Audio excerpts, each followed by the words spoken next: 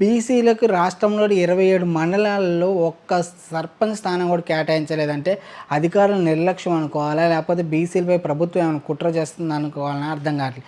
ఒకసారి చూస్తే బీసీలకు ఇప్పటి వరకు ఉన్న సమాచారం ప్రకారం జిల్లాలో ఒక్క సర్పంచ్ స్థానం కూడా బీసీలకు దక్కని మండలాలు 27 జిల్లా మండలాలు. ఖమ్మం జిల్లా రఘునాథపాలెం, తిరుమలపాలెం మండలం, నల్గొండ దామర్చర్ల, నేరేడుగొమ్మ, సూర్యాపేట, శివ్యంల, పాలకేడు, మంచిర్యాల, భీమారం, కాశీపేట, కోటపల్లి, మందమర్రి, నెన్నెల 5 మండలాలు.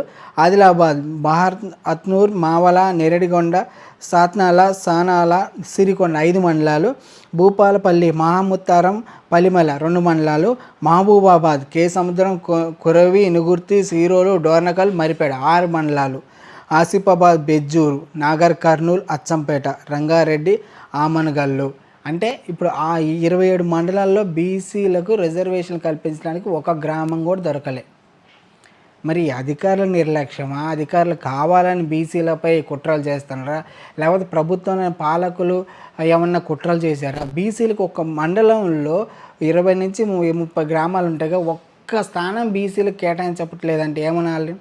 మళ్ళీ పైకి మా బీసీల ప్రభుత్వం బీసీలకు 42% కల్పిద్దామంటే కోర్టులు అడ్డుకున్నాయి. కాబట్టి పాత రిజర్వేషన్ ప్రకారం వెళ్తున్నాం, పార్టీ పరంగా రిజర్వేషన్ ఇస్తా అంటే ముందుగా అధికారులు ఇంత నిర్లక్ష్యం 27 మండలాలు ఒక్క సర్పంచ్ స్థానం కూడా బీసీలకు కేటాయించలేదంటే అధికారులను ఏమనాలి? కనీసం ఇది రిజర్వేషన్, ఇది కేటగిరీ పంచడం ఇది ఆ 46 జీవో ప్రకారం చేసిన ఉంటారు. అదేం జీవో? ఇట్లా ఒక మండలంలో బీసీ ఆశావాళ్ళు ఉండరా? బీసీ స్థానాల రిజర్వేషన్ కల్పించాలని కోరుకునే వాళ్ళు ఉండరా? ఏం అధికారులు ఏం చేస్తారు? ఏం పాలకులు ఏం చేస్తారు? బీసీలపై సవతి తల్లి ప్రేమ చూపెడుతున్నారు, అధికారులైనా ప్రభుత్వం అయినా. బీసీలకు దక్కాల్సిన రిజర్వేషన్లు 27 మండలాల్లో కనీసం ఒక్క గ్రామం, ఒక్కొక్క మండలం 20 నుంచి 30 గ్రామాలు ఉంటాయి కదా, ఒక్క గ్రామం బీసీలకు కేటాయించడానికి అవకాశం లేదా? ఏం చేస్తారంటే పాలకులు అధికారుల కుమ్మక్కై బీసీలపై కుట్రలు చేసినట్టుగా స్పష్టంగా కనపడుతుంది.